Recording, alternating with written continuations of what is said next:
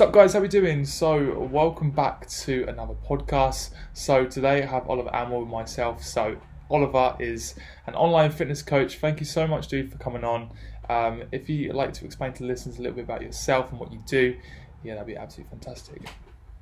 Wicked, man. So firstly, thank you for having me on. Like Nathan said, my name's Oliver, known as Ro, and I'm an online personal trainer, qualified nutrition coach. And I basically set up my online coaching business around 2.5 years ago, which was a real spontaneous decision to basically buy a website for like 11 pence because my mate said I should do it. I just created a blog that then turned into a website that could take payments. And 2.5 years down the line, I'm now full-time online coach. So yeah, that's essentially a overview of what I've been doing. Yeah. So 2.5 years ago, so let's go back to the beginning. So what were you doing at that point? Were you studying? Were you in full-time work or? Yeah, so I was actually at uni, man. So it was a second year of uni. So I just finished my first year, I think. I was about to go into my second year. And I was sat at my mate's house over summer. And he actually runs his own business as well. And he's very good at like web design, websites and all this stuff. And I'd always been getting, sort of kind of just interest from people around like how to get in shape, how to, get a good body, getting loads of questions and, Facebook messages. And I was like, well, I should maybe just write about how I've maybe developed a better physique over the years and how I've learned from the mistakes that I've had and stuff. So, yeah, we were just sat there in summer and bought this website, which was, literally 11 pence. And I learned over like the space of 3-4 months in summer how to do WordPress, how to write copy, how to create photos and put them on this website. And it was like this little fun project I had. Mm-hmm. And that was it. And I just set it up. And from there, it's one of those things when you try something out, you think it's only going to be a small thing, but you just want to keep pushing. And I was like, well, I might as well try and get some money out of this, or I might as well try to keep growing this. I might as well try doing social media. And now it's turned into something where I'm earning a living off it. So yeah. So what was your initial 2.5 years ago? What was your initial starter point? Was it kind of like, I'm just gonna do this on the side, I'm gonna have like a full-time job, and then kind of just earn a little bit of money? Is that kind of how it started? That was it, man. So I was at uni as well, and like anyone that's been to university knows what it's like being a student. You never have any money. You're always fucking poor. You're waiting for your loan to come in, right? So I was like, well, if I can earn a bit of money on the side and like do something I quite enjoy, let's do it. And if it, even if it gives me like, money for a few beers on the weekend with my friends or something like that, I'll be happy. Do you know what I mean? It was a very small thing that I wanted to gain. That was essentially the inspiration behind it. So let's talk about the first kind of 6 months to a year. What did that kind of look like in terms of the website? Did you keep with that? I think you said 11 pence website. Did you kind of transition out of that quite quickly, or was it quite sustainable for a while? So it was 11 pence for the domain, which is roundwellfitness.com. And then I think I spent around 30 to 50 pounds on like a theme for the website. So that was like a website theme for WordPress. And I think there was a few other costs for like all the technical stuff, but it was no more than £100 overall that I invested. Mm-hmm. Everything else that I sort of built was free. So I did like free software to make all my guides and my plans, using like Excel and things like that, using like friends' cameras, using friends for like photo shoots. Like literally I just hustled it, man, and learned from like YouTube videos. Just didn't want to invest much money into it because I didn't have basically any money at the time. I was at uni, and I just wanted to see what I could do with my time and with learning, and just a very lean process. And it just went from there. So the first 6 months was really just around learning how to be an online coach, like training people for free, getting good results, understanding like how people operate online compared to face because it's a lot different, like how you check in with these people, how to like start writing on social media and posting about what you do, and like that you actually have a business now, and how to get people interested and following you and shit like that. So it's kind of like everything in the first 6 months. And I made so many mistakes in those first 6 months because I didn't have a business plan. I didn't have an idea of what to do. I was just like this young kid with enthusiasm that wanted to fucking build this website, make a bit of money and kind of help people out. And there was a lot of learning, I'd say, in the first 6 months. In terms of actual marketing, so obviously it would have started probably, I'm guessing, like mates that would have seen you've got this website or you're kind of doing fitness and they jump on board. In terms of expanding your marketing, like how quickly did that come across? Like obviously, how did you get people to click on this website? How did you get people to notice you? Was that quite quickly, or did it take a bit of time? So I think it took a bit of time, definitely. I mean, the first bit of traction I got was actually the day I launched. So I've got quite a big group of friends on Facebook, and the day that I launched, they all like shared it all over their pages. So on the day I launched, they shared it everywhere, and it got something like 100 shares or something, which I was pretty happy with. Wow. And a load of like likes and people commenting. So it actually got quite far in like the area of Bristol that I live in. And on the first night, I actually got a sale. So like, it was really weird. The day I launched, someone actually paid me money, and I was like, what the fuck? Like, how has this happened, man? Like, this is crazy. I wasn't expecting it. I was expecting like weeks to go on. And that sort of just gave me, I think, the inspiration to keep it going. So then I was really motivated to start like growing out from just like people that knew me in the town, because the people that shared on Facebook were just friends and from Bristol. And I was like, well, if I want to reach more people and I want to get my message out, then I'm going to have to, go bigger than just the town I live in. So that's when I started like trying to grow on social media and really build that as a way to get traction and for people to see what I offered. Did you find it kind of interlinked quite well in terms of social? Because two years ago, yeah, Instagram would be pretty big back then, wouldn't it? So did you find it kind of interchanged between, Facebook, Instagram, website, all kind of linked as one and made it kind of one hub as such? So obviously someone went on your Instagram, they automatically went on your website. Yeah, I mean, they do interlink, but I think like they do have different benefits as well. So like Facebook is a lot more personal, whereas Instagram's a lot more of like like you just want to see cool shit, don't you? And it's like that dopamine hit of like seeing something cool, like a cool workout or something funny or someone looking good, like on holiday. And yeah, they have their different benefits, but as long as the message is consistent across all platforms, then I think people will come to your website. Yeah. So for me, like as it grew and everything grew, then I was getting more visits to the website. And one important thing as well is having a good website. So I really ensured that I got a really good theme, and I was very like meticulous on like the layout and the UI of the website, just because like it's like someone coming into your shop, right? If someone comes into a shop that's messy and it's unclean and it looks like shit, or even if you're a PT and like maybe you don't dress well and your appearance is bad, people don't want to fucking buy from you, man. Like, and this is exactly the way that I looked at my website. I was like, I want this to be like the holy grail of like what I'm about, right? Because this is the thing that where people make their decisions on is the website. So I just focused a lot on that, and then when people visit, I got a good feedback. When it wasn't so good, I took that feedback on and was like, okay, maybe I need to improve this bit, make this easier. And that's how I kind of just improved, just off feedback really, and iterating off that. I think it's so interesting that you said that obviously you want to make that like a place where people come and it's all about you, because what's the saying in terms of like when someone goes for an interview, isn't it someone makes a judgment in the first 5 seconds or something like that? So that's it, yeah. The same applies if you're a personal trainer, you walk in straight away and you see someone's got like scruffy hair or scruffy clothes, rips in your clothes, they're going to make that immediate like opinion. The same applies for kind of online coaching website. In terms of, we're going to keep with the marketing. So marketing is very, very important. How important do you think it is in terms of and being related to online coaching? So do you think it's the be ends and end all, or do you think it's not as important as some people potentially make it? So you don't have to do kind of paid Facebook ads, you don't have to do this and that other. So what's your kind of opinion on marketing?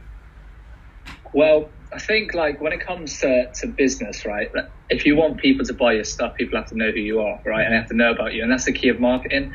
If you look at the people that are doing the best and that are making the most money, they're big marketers, man. Like you look at Ty Lopez, you look at fitness industry like Kino Body, right? He's everywhere, man. And like you might get annoyed by their ads, but I think like the second part of it is like how good's your service or how good's your product. Like if you're marketing the fuck out of yourself, then if you've got a good product, that's okay. Do you know what I mean? Like you should shamelessly promote your brand, and you should be everywhere, because if you truly feel that what you have to offer is great, why not let everyone know about it, right? Like Very you true. should. Yeah. You know what I mean? So, and then obviously there are other people that market out and they're just all show, right? They're all talk no trousers and they don't actually have that great a product. Well, that's not as ideal.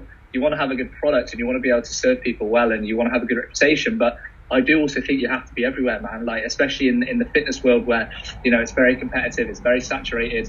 The bigger you can get, the more people know about you. kind of the better, really. And then your reputation holds you then to say whether you're good or not, right? So yeah. I think definitely, like, when somebody like myself, when I went onto your Instagram page, you know, you can highlight you're an online coach, but you're practicing what you preach. And how big of importance do you think that has? Like, I see a lot of online coach and personal trainers now that will talk about this or talk about that, and then you kind of look at them and think, like, really? Like, you just read it from somewhere and just, you know, you're basically talking about it when you're not actually applying it to yourself. So how important it is, like, to make yourself relatable and kind of doing the things that you're kind of preaching? How important is that? Well, that's it. I think that's the absolute key of what you sell, right? Because as a personal trainer, you're kind of selling yourself. You're selling your physique or your knowledge, or sometimes it's just your mindset and your personality, right? Now, if you're saying stuff that's not you, then people are going to see through that, number one.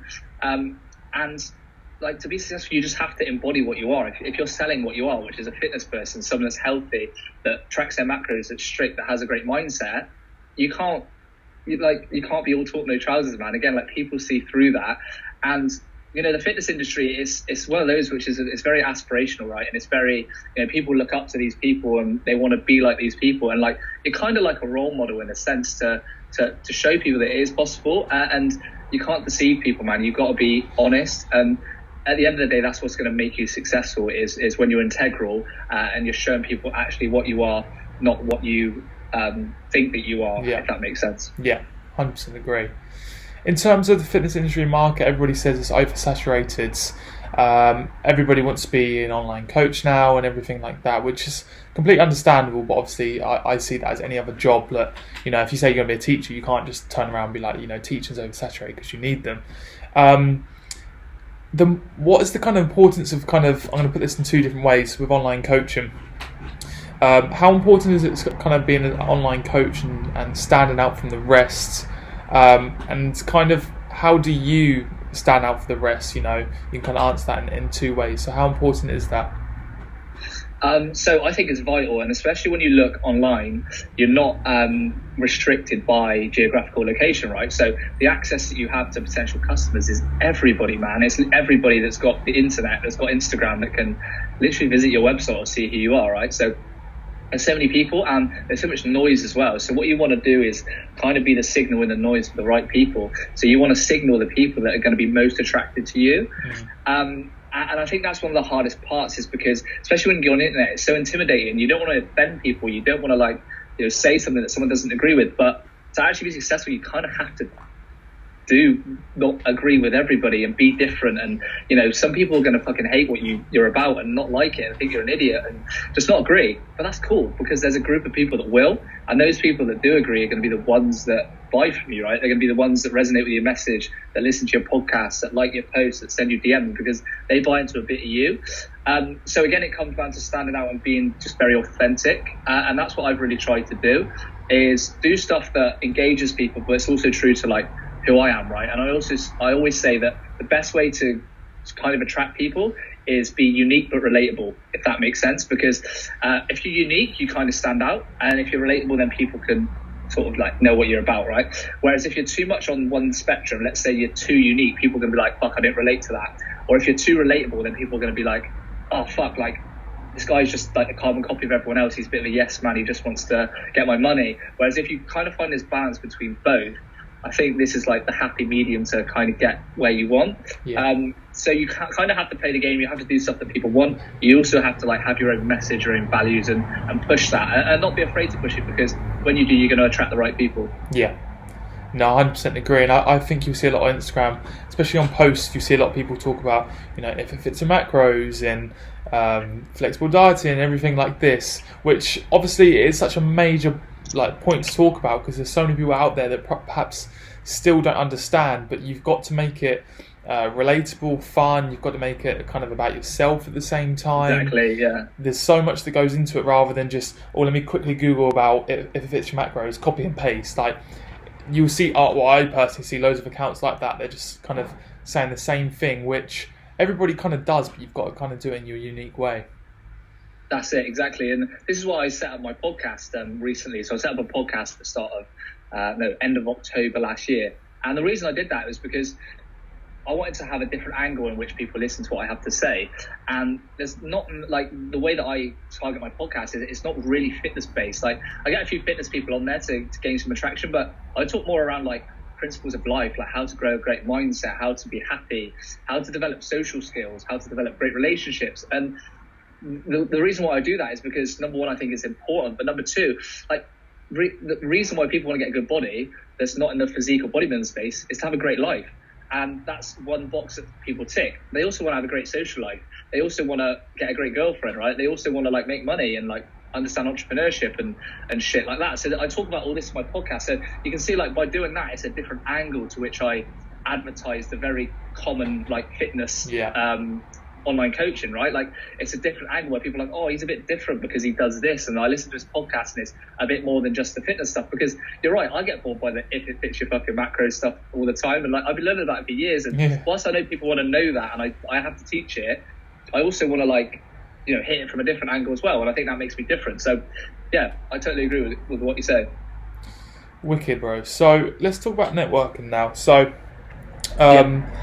you, because we just said before, you're currently living in Bristol, and used to live in kind of London. You're going kind of to and fro the places. I'm guessing I guess in London you must have perhaps networked with a lot of different people there.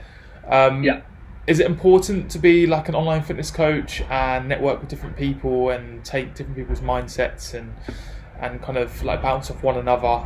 Do you personally think it's important, and does it kind of become a value of you? Yeah, I think it's absolutely vital that you network, and the reason being is because sometimes you don't know what you don't know, if that makes sense. So when you meet new people that are more successful, or you know, that are just doing really well and have a different perspective, your viewpoint on something changes. And this is why it cuts your learning curve as well. So some of the people that I've met are very successful in just general business and the way they operate, and you know, I could have spent years learning some of the stuff that I've picked up off these people, but I've cut my learning curve because people have told me how they do it, or I've watched them, or you know, I've had some kind of experience that's helped me. And this is why, like, you know, like one of my friends that helps me with my business, kind of a mentor, he says, you know, the way you're going to succeed with your business is by getting out off your chair and away from your laptop. And it's kind of a reverse psychology, because you know, like I think, well, I'm an online coach, I need to be sat on my laptop all day. But you actually kind of don't. You actually kind of need to be away from that. You need to be away, experiencing new shit, seeing how things operate, getting feedback on what you're doing, and then coming back and then doing that, right? And that's where like the learning happens, right? It's not like all at the desk.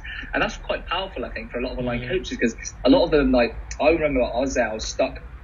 My laptop was like, it's not working. I'm doing this social media stuff. I've not made much money like this month. I'm like, I'm really, really annoyed. But it's because I'm too consumed in like the day-to-day micro stuff that I'm not looking at the macro and the bigger picture.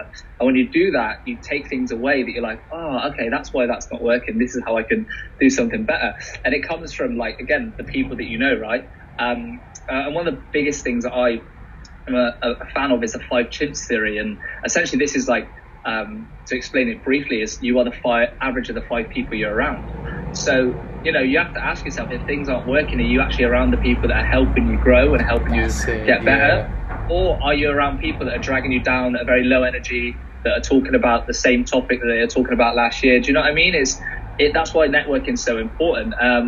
So yeah, it gives you a different mindset, and you also get access to people's friends. So in a way that doesn't sound like you're trying to get stuff from people. Naturally, you're going to meet other people through the friends that you make that potentially may be interested in you, that also might be able to help you out and give you a different view. So that's why I think that's important too. There's just so many different angles that networking has that benefits you more than just being sat behind your desk all day. I think that's so important. 100%, bro. And I like the points you made there. I like the fact that you sound about the kind of environment and stuff, and getting out there and having a little look and seeing the people around you, are they going to be beneficial to yourself? Because that's basically what it is. Because at the end of the day, if you're 50, 60 years old and you're looking back in your life and your business and everything like that, and you don't want to have no kind of regrets and thinking, you know, I stayed friends with that person all the time because, you know, he was a mate from school and all of this. You know, you've got to look up for yourself at the end of the day. And I definitely feel like you said, going out and meeting new people and kind of bouncing off one another, is it just kind of like fitness people that perhaps that you meet? I know in your podcast, which I listen to, you speak to a whole wide range of people. Is it similar kind of face to face as well, or? Yeah, so I always try and like have like a range of different friends. It's kind of weird. So I have like the friends that are like party friends. I have friends that are really good at business. I have friends that are like good at social skills. I have friends that are like just good with girls. Like just loads of different people, right? There's loads of fucking crazy people. Because like if you take a bit from each person, you're kind of modeling and becoming like a better version of yourself, right? Yeah. Because you learn like, from all these experts in different areas. I kind of think of it like that. And you also get to meet people you don't agree with as well. So like sometimes I'll go to events and places where, you know what, like some people's values and the way they do shit, I'm like, that's not me. Like I don't align with that. And you know what, that's cool, because like you learn from success systems, but you also learn from failure systems, right? You learn from things that maybe you've failed or the way people act that you don't relate. And that makes you a better person as well, because you're like, you know what, I can say no to doing that. And I think that's probably going to make me better off than this guy that's saying yes to something, right? Mm-hmm. So yeah, a vast array of people, business people, quite a lot. I'm really try to be friends with people that are very individuals and very independent, because you find with a lot of people you meet, they're group thinkers, right? So they're taken, their mindset's taken from the group that they're in, or maybe like their family or where they work and things like that. And what you find is their mindset's not that different from the general person. And when you meet individuals that kind of like have their own beliefs and have their own path, they hit life from a different angle. And I think that's super important. Like, especially if you want to be an individual in your own brand, taking inspiration from those people, I found personally really helps. So yeah, man, in short, it's a variety of lots of people. But I think definitely the people that are unique and have their own vision and stuff are vital as well. Yeah, no, 100% agree. And I think definitely if anybody's listening to this, like get out there and just do bits. Don't feel like you have to meet up with someone or you have to speak to someone because you're networking. You know, find the right people, like you were saying, and just explore different avenues and just speak to people. You know, it doesn't have to be fitness. It can be anything related to what you do. And just make it like natural. Like make it natural. Just be like, right, I'm just going to be a sociable person that's going to go out and have all these experiences and then take what you want from them, right? Like you don't have to agree with everything, but as long as you're out there trying and giving it your all, that's what it's about, really. Exactly, and that's the power of social media. Like everyone talks about, you know, negatives of social media. Well, the powers of social media is you can speak to like-minded people. You can speak to people that are in the same field as you, or people that you want to learn from really easy. Podcasts, Instagram, all of that. So that's it. Talking about social media, so you utilize Instagram, Facebook, I think, for your social media.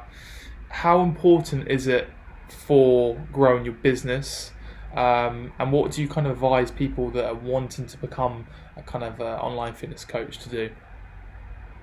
Well, I definitely advise, I think it's important to have, and this sounds very shallow, but it sounds important to have a big following, and the reason being is because, again, it comes back to that thing where people judge you on appearance, right? So the first thing they see when they go on Instagram is like, oh, he's got a lot of followers. Oh, that's social proof, he must be all right. Now, this isn't always the way, right? There's people with lots of followings that aren't that successful and sometimes just aren't like decent people, right? They end up screwing people or scamming people. So it's not the be all and end all, but I think it's important to show that, you know, people see that you're credible and that you've got a following, that people, they want to listen to you, right? Because you know what, like that's the way the world works, right? It's like when you go out to a social event and you see somebody surrounded by loads of people and everyone wants to talk to them, you're like, well, who the hell is this guy? Like everybody seems to be chatting to him. Well, I better go over and talk to him, right? It's kind of like the natural instinct we have, like, to do it. So I think it's important to have, but it's not the be all and end all. What's more important is like how many inquiries are you getting from these people? Like how many people are interested in fitness? How many people are, you know, DMing you questions? How many people are clicking on your website? How many people are actually engaged? Because you can just have followers, but followers actually don't mean shit when there's not engagement or inquiries or like people listening, right? It's one of those. So it's like kind of like a double-edged sword, if that makes sense. Mm-hmm. So it's important to have, but it's more important to have people that are engaged. And what was the original question? How did I grow it, or tips on growing it? So someone that's someone that's wanting to become an online fitness coach. What would your tips be? One, growing it, and two, how they should utilize it to grow their business as such. Oh, okay, sure. So to grow it, number one's just definitely consistency, man. You need to be like posting every single day, I recommend. And I think stories are really important where you get your face on a story, because if you're working in the fitness space, people are buying a personal trainer, right? What comes before trainer is personal. So it's the person, right? They're not buying a trainer. They're buying the guy who is going to help them get fit, right? The guy or girl that they like and the personality that they relate to. The trainer is just the other bit at the end, right? So you need to be like personal, and you need to like really just be yourself. Again, it comes down to that. So getting across your message consistently and what that is. Now, if you have a niche, I guess that helps. Like, I don't really think I have a niche, but I'm just kind of just trying to be myself, man. And that's a niche in itself when you're yourself. And then definitely high quality content, right? So I'm talking about high quality images. If you're doing photo stuff, buy a camera that's got a good lens, edit your photos and post them so your feed looks nice. Again, what do people go on Instagram for? To look at nice shit, so they can hit that dopamine in their head and go, oh, that looks fucking cool, I'm going to like that, right? If your photos are dark, blurry, unfocused, people are going to be like, fuck that. Who's this guy? Unfollow, right? It's just not aesthetically pleasing. And it's a fitness industry as well. People like love that aspirational like look of like looking amazing, right? So play up to that, right? You have to do it. It's a fitness industry. You kind of have to play the game. So that's one side of it, of growing it. Then the second side is about like growing like who you are and your integrity and being honest, right? So growing like the person that cares about someone, that wants to see people do well, that wants to share their story, talk about the problems they've had previously, and do that. So you kind of have to play both. You have to kind of get the traction to bring people in, and then to bring people in, you kind of just need to be yourself, show people you care. And I think that is more important, because then those people see that you care, and then they want to buy off you. That's more. They're more likely to buy off you if they get that personal connection than just a cool photo, if that makes sense. Yeah.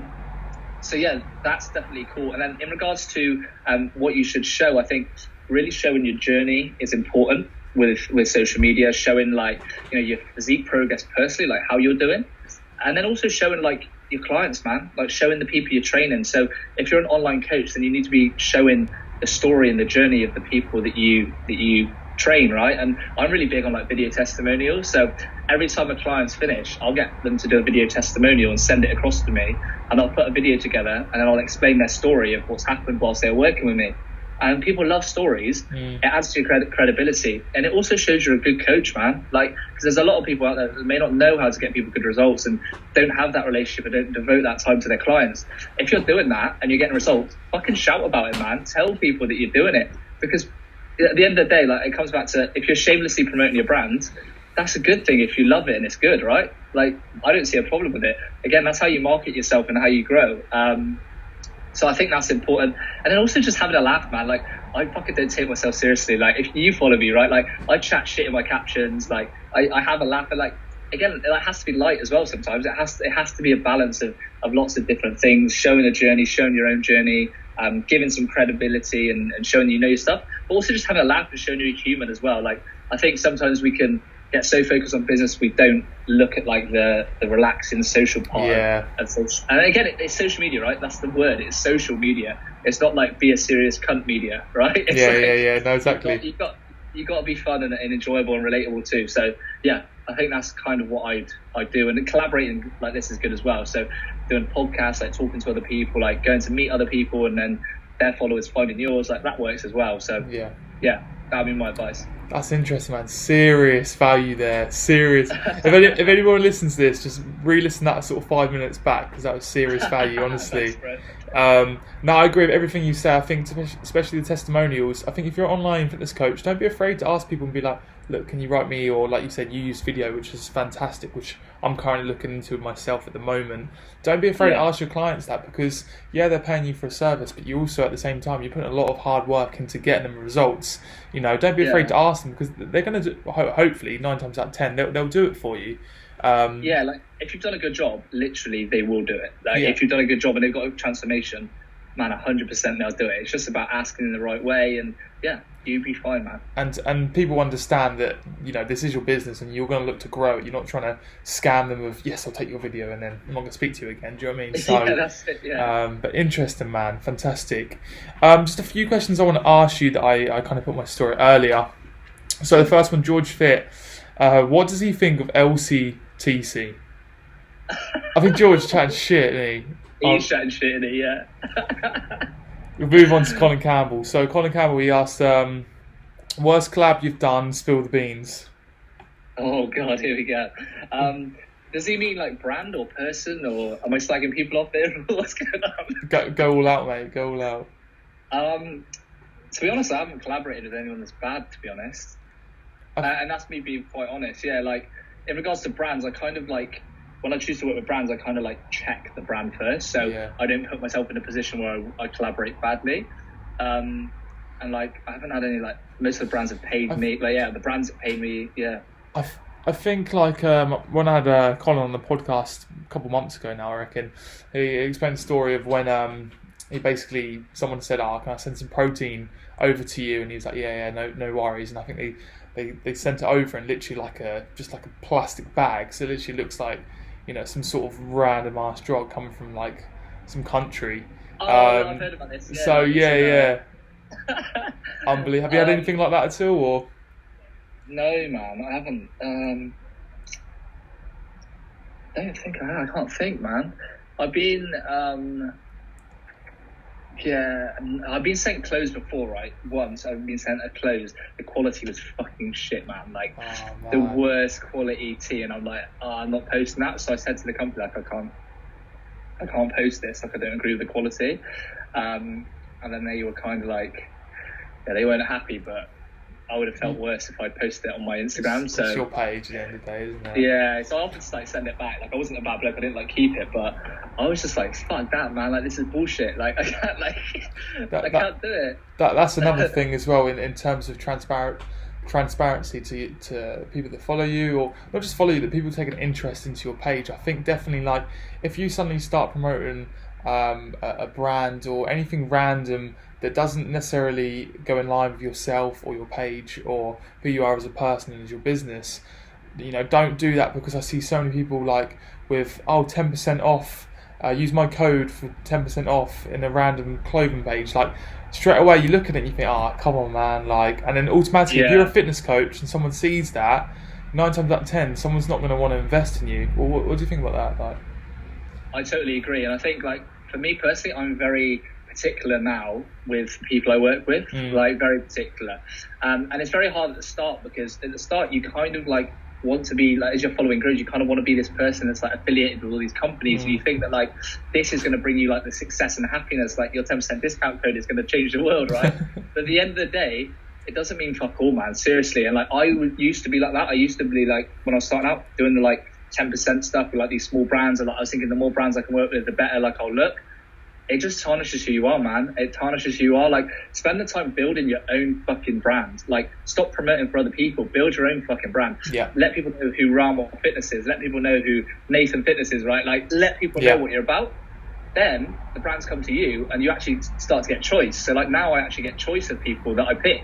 And I'm like in a privileged position, and like, it's nice now because I like work with my protein now and stuff like that, and that's a regular thing. I had Optimum Nutrition contact me recently as well, like in regards to their protein bar, so I'm working like with them. So like, it's kind of like, I agree with those brands, like I like their stuff, so I'm going to push it, and then people see the like me being genuine about the brands, then they buy into that and they buy into me. So that's what you want at the end of the day. Like, you don't want to like work with brands to make money for them. Yeah, of course, like they're going to get that benefit, but you want to work with the brand because it enhances your brand, right? Yeah. Like, you want it to be personal. And it sounds very selfish, like, but like, you're making money for another brand. So whilst you do that, you want to be making money for yourself as well, right? You want to be pushing you out there and letting people know what you're about and to agree with your message, man. Because there's nothing worse than making money for a brand you don't like, and then people fucking hating you and your brand going down. Like, that's a zero-sum game, man. You want it to be a win-win, if that makes sense. Spot on, mate. Spot on. Last question I'll ask you, for someone called Adam, just asked, I know you've given lots of value in this podcast, but one piece of advice when starting a business. So, I don't know whether that's fitness-related or anything like that, but if you had to nail it down to one piece of advice when starting a business, what would you say? It's a tough one, isn't it, for one? Mine would be... one bit of advice. You can take time, no worries. Stick it out. I'd say one bit of advice would be learn quickly, but be patient. That would be my advice. Okay, cool, I like that. Be patient. The reason being is running a business is so hard, and the quicker you learn, the better you get. The one thing with business that everyone wants is the results right now, and the truth is the results that you want are long term. So you need to learn quickly, and you should be learning all the time, whether that's reading books, listening to podcasts, becoming a better coach, all that stuff, doing courses. So learn quickly and enjoy that learning, but don't expect results straight away. Like, be really patient, because that's what's going to stand you in good stead. And I've started to see the results of that now through learning over 2.5 years. Like, I'm starting to build a bit of a reputation, man. Like, people started to be like, get trained by Ro, and like, I'm like, fuck, man, I see myself as a guy that's still learning and starting out, and like, to me, that's amazing, man. Like, I'm in it for the long haul. I want to be here for years to come, right? So for me to get even that good feedback like now, I'm like, man, I'm fucking privileged, man. I'm grateful. So yeah, just learn and try and just become better and more valuable, and the results will come if you're patient, man. It's quality to hear. And honestly, like, if anybody sees a sponsored ads on Instagram where it's like earn 6 figures in 6 days in Bora Bora or wherever, don't believe. Like, if you're an online coach, of course you can work whatever you want, right? But like you said, you've got to be patient. It's not going to be a quick fix. You can speed up the process in terms of your learning capabilities 100%, but in terms of just being patient, then that's definitely something you should consider. Yeah, like, I'm always big on habits. So I always say to like my clients, I'm like, don't worry about getting to 9% body fat. Worry about building a habit that's going to get you to 9% body fat, right? So a lot of people want like that Bora Bora lifestyle. They want like to be on the beach, fucking chilling with like a beautiful girl and a pina colada. Oh, mate, yeah, 100%. But don't think about that, right? That's like the goal. Think about like the route to get to your goal, man. Think about like how you're going to work each day to get to that, how you're going to build client by client, right? How you're going to improve your service, how you're going to gain more traction on social media, how you're going to get more inquiries. Like, build the habits that are going to get you to where you want to be, man. That's what I always say. And then like after a while, you're like, fuck, oh my God, like, I've got like this amount of followers now. Like, I didn't really think I'd even have this many. And it's because you built these daily habits which are going to get you to where you want to be, man. Spot on, dude. Absolutely spot on, man. Thank you so much for coming on the podcast, mate. Really appreciate thanks for having me, bro. I really enjoyed it today, man. Did you just want to plug your socials, and also you got your own podcast as well that I highly suggest people listen to? Thanks, man. Yeah, sure. So Instagram is Ro Anwar, so R-O Anwar, same for Twitter, and yeah, that's about it that I'm on. Then my podcast is the Grow podcast, so grow as in like growing muscle. Yeah, we get quite a lot of cool guests on there, lots of different like self-help, relationship coaches, fitness people, business people. So yeah, it's a variety on there. But yeah, that's it, man. Cool. It's wicked. But yeah, thanks so much for coming on, dude. And we'll catch up soon, mate. Definitely, man. Take care. Cheers, dude.